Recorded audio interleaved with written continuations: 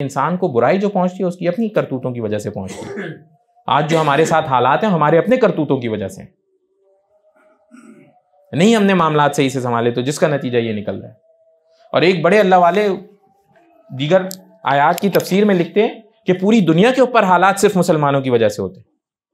पूरी दुनिया के ऊपर हालात सिर्फ मुसलमानों की वजह से होते हैं। मुसलमान अगर अच्छे से जिंदगी गुजारना शुरू कर दें पूरी दुनिया के हालात बेहतर हो जाएंगे, काफिरों को भी फायदा हो जाएगा, क्योंकि निजाम ही सारा इनकी वजह से चलता है।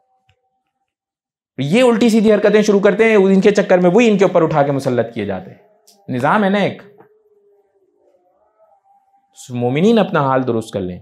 तो पीछे दिनों किसी ने कहा, भाई उनसे ये बात हो रही थी, बैठे हुए थे, उन्होंने कहा जी ये कहां से इतने सारे मुसलमान, इनको कौन ठीक करेगा, इनको कौन ठीक करेगा। भाई आप जरा गौर व फिक्र करें ना, अभी पूरी दुनिया में कितना ज्यादा प्रोटेस्ट हुआ फलस्तीन के लिए, कितना, कोई काउंट कर सकता है कितनी ज्यादा सेंसरशिप्स हुई, किधर किधर तरीके से रोका नहीं गया। पूरी दुनिया, ख्वाह मुसलमानों से ज्यादा तो गैर मुस्लिम उसके लिए खड़े हुए। उनके बड़े बड़े शहरों में इतने बड़े बड़े जुलूस निकाले गए, वो लोग खड़े हो गए, भाई ये क्या जुल्म व ज़्यादती है, बंद करो इसे। क्या फर्क पड़ा? कुछ बंद हुआ? कुछ बंद हुआ भाई? नहीं।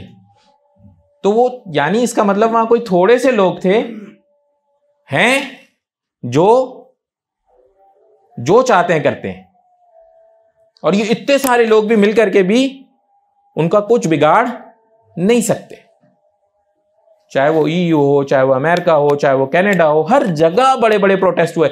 इसराइल के हक में कोई एक प्रोटेस्ट हुआ हो तो बता दे भाई, कोई एक तो जरा 10-15 लाख बंदा जमा हो गया हो, कोई एक?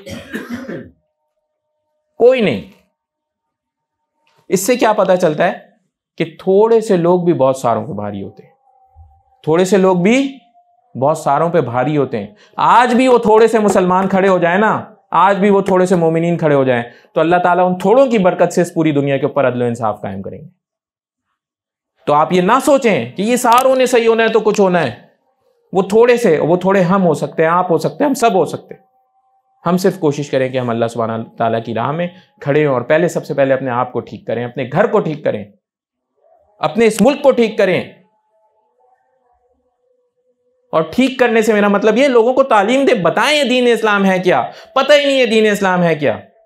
कुरान पढ़ लेते हैं बस अरबी में, समझ में कुछ आता नहीं है, अमल तो बहुत दूर की बात है।